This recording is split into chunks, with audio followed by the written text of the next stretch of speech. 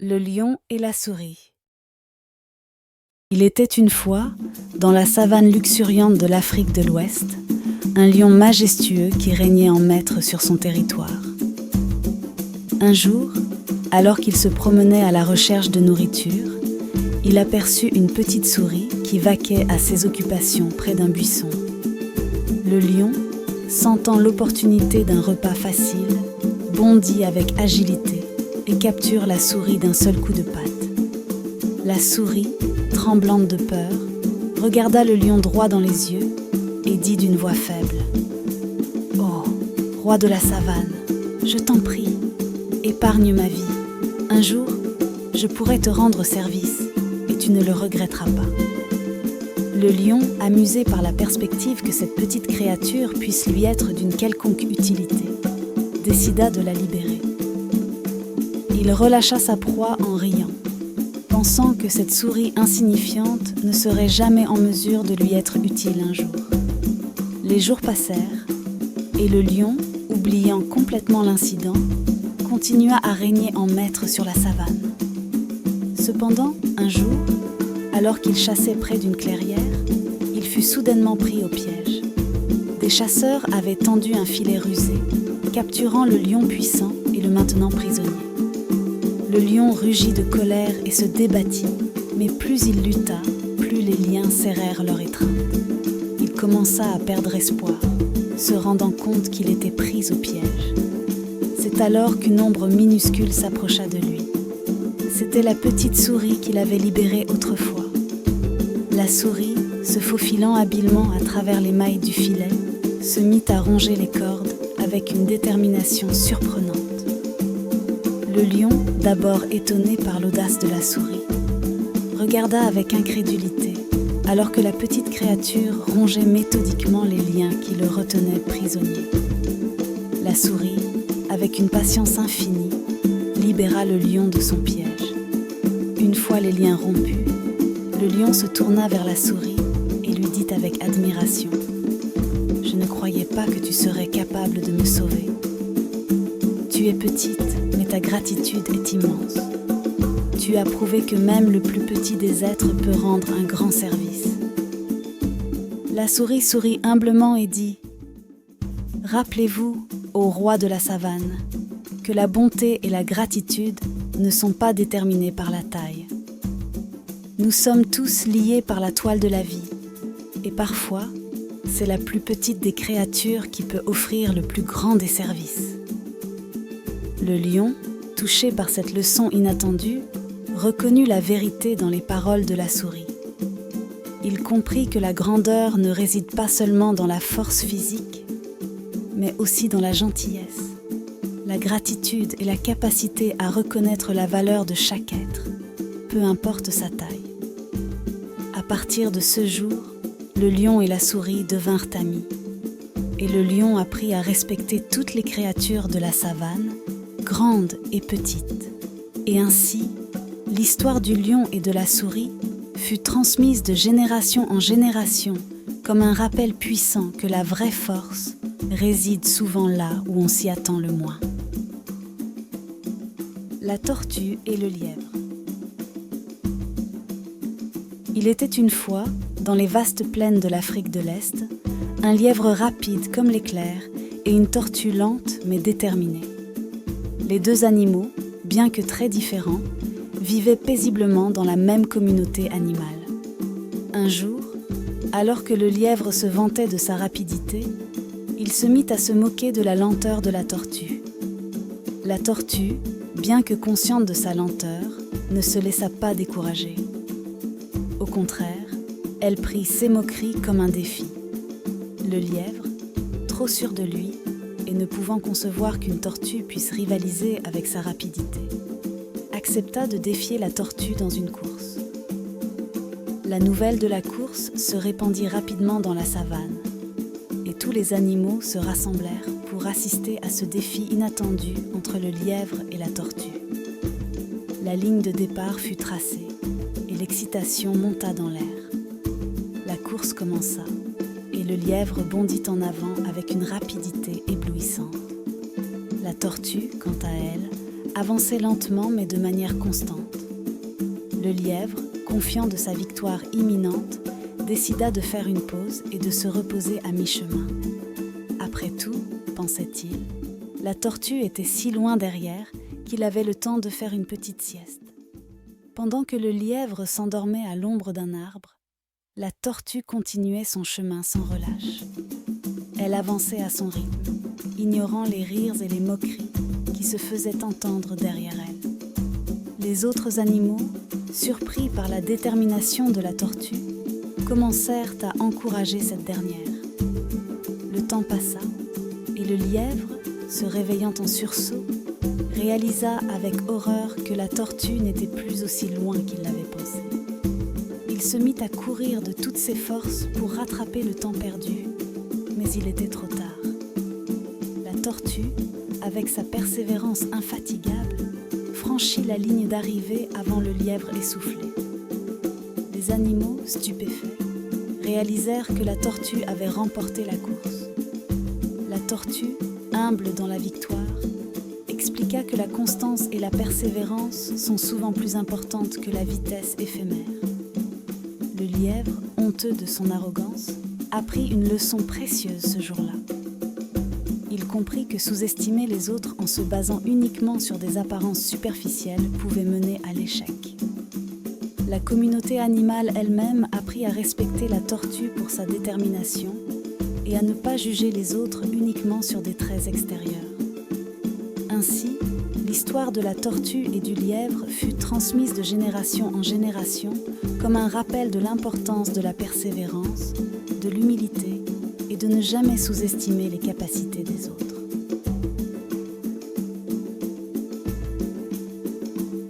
Le marchand de sommeil. Il y était une fois, dans un village niché quelque part en Afrique du Nord, un mystérieux marchand de sommeil. Ce marchand était connu pour vendre des rêves aux villageois assoiffés d'aventures et de nouvelles expériences nocturnes. Chacun pouvait se rendre à sa boutique, choisir un rêve parmi les étagères variées et repartir avec une nuit pleine de promesses oniriques.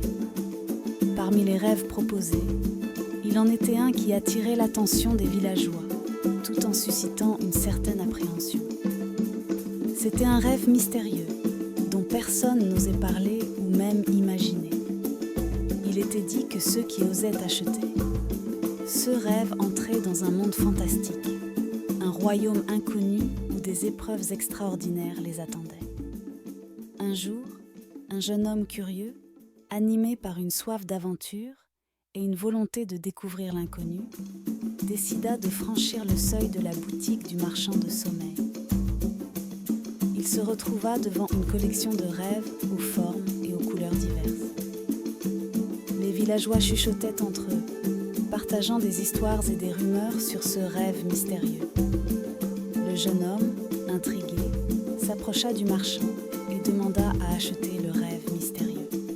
Les yeux du marchand s'illuminèrent d'un éclat énigmatique, mais il accepta la transaction.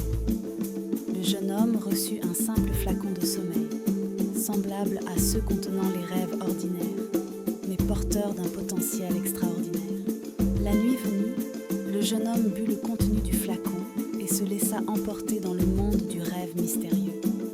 Il se retrouva soudainement dans un royaume fantastique, où des montagnes célestes touchaient le firmament et des rivières de lumière serpentine coulaient entre les arbres de cristal. C'était un monde d'une beauté surréaliste, mais le jeune homme réalisa rapidement qu'il n'était pas là simplement pour contempler la splendeur. Au fur et à mesure qu'il explorait ce royaume mystérieux, le jeune homme fut confronté à des épreuves complexes et des défis inattendus. Il devait résoudre des énigmes, surmonter des obstacles et apprendre des leçons de vie profondes. Chaque défi le rapprochait de la compréhension de lui-même et du monde qui l'entourait. Le temps s'écoula différemment dans ce royaume, et le jeune homme eut l'impression de vivre plusieurs vies. Il se lia d'amitié avec des créatures fantastiques, découvrit des pouvoirs cachés en lui-même et comprit l'importance de la persévérance, de la compassion et de la sagesse. Finalement, après avoir surmonté toutes les épreuves, Le jeune homme se réveilla dans son lit, de retour dans le village. Le flacon vide reposait à ses côtés. Les villageois, qui n'avaient pas vu revenir ceux qui osaient acheter le rêve mystérieux, l'entourèrent avec étonnement. Le jeune homme, transformé par son voyage onirique, partagea ses aventures avec le village. Il expliqua comment l'inconnu, loin d'être une source de peur, était une opportunité d'aventure et de croissance personnelle. Son courage à affronter l'inconnu l'avait conduit à des découvertes profondes sur lui-même et sur le monde. Ainsi, l'histoire du marchand de sommeil et du rêve mystérieux devint une légende dans le village, rappelant à chacun que parfois, le plus grand des trésors réside dans l'inconnu et que l'aventure peut être le chemin vers la croissance personnelle.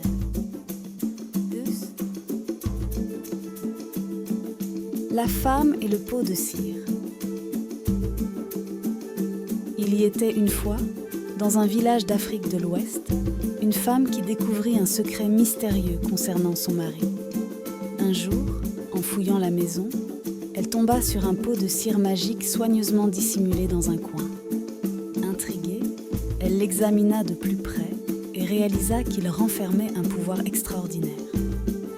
Lorsqu'elle prononçait certaines paroles spécifiques, le pot de cire lui permettait de donner des ordres à n'importe quel objet ou être vivant pour qu'il se transforme selon sa volonté. C'était un don puissant, mais aussi délicat, qui exigeait de la sagesse et de la modération dans son utilisation.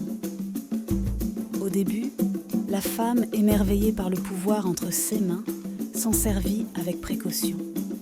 Elle demanda à des fleurs de changer de couleur, à des oiseaux de chanter des mélodies douces et même à des nuages de former des dessins dans le ciel. Les villageois étaient éblouis par ces phénomènes étranges mais charmants. Cependant, au fil du temps, la femme commença à être consumée par la tentation de son pouvoir. Elle se mit à donner des ordres frivoles et capricieux. Elle transforma des objets utiles en choses inutiles, provoquant des rires au début, mais bientôt des soupirs d'exaspération. Les arbres, autrefois majestueux, furent transformés en animaux en bois sans vie. Les rivières, qui murmuraient des chansons apaisantes, furent transformées en cascades bruyantes et tumultueuses. Les villageois, autrefois amusés par les tours de la femme, commencèrent à ressentir les conséquences de ces actions. Les animaux du village, soumis à des transformations constantes, commencèrent à se méfier de la femme. Les fleurs, autrefois épanouies, fanèrent sous le poids des changements constants. La sérénité du village se transforma en chaos, et les villageois vinrent demander des explications à la femme. C'est alors que la femme, réalisant les erreurs qu'elle avait commises, ressentit un profond regret. Elle comprit que le pouvoir qu'elle détenait devait être utilisé avec sagesse et modération. Elle décida de mettre fin à cette folie en prononçant des paroles apaisantes et réversibles. Les transformations furent annulées, mais les traces de ces actions restaient visibles. Les villageois, bien que pardonnant à la femme, lui rappelèrent la leçon précieuse qu'elle avait apprise. Elle avait découvert que le pouvoir ne devait pas être utilisé de manière irresponsable et que la modération et la sagesse étaient essentielles même lorsque l'on possède des dons extraordinaires. La femme, humble et transformée par cette expérience, s'engagea à utiliser son don avec prudence. Elle consacra son pouvoir à des actions bénéfiques pour le village, favorisant la croissance plutôt que le changement constant. Sa transformation personnelle devint un exemple pour tous, rappelant que la sagesse et la modération sont des vertus précieuses, même lorsque l'on détient des pouvoirs exceptionnels. Ainsi, le village retrouva son harmonie, et l'histoire de la femme et du pot de cire devint une légende transmise de génération en génération. Le crocodile et le singe. Il était une fois, dans une jungle luxuriante, un crocodile et un singe. Ils étaient voisins, vivant sur des rives opposées d'une large rivière qui serpentait à travers le cœur de la dense forêt. Le crocodile, en tant que créature aquatique, observait souvent le singe agile se balancer de branche en branche avec envie. Le singe, à son tour, s'émerveillait des mouvements élégants du crocodile dans l'eau. Malgré leurs différences, ils devinrent amis et apprécièrent de discuter l'un avec l'autre depuis leurs positions respectives sur les rives de la rivière.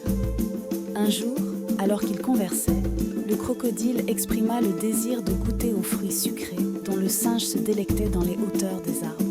Le singe, désireux de partager, proposa d'apporter quelques fruits au crocodile. Cependant, la rivière posait un défi.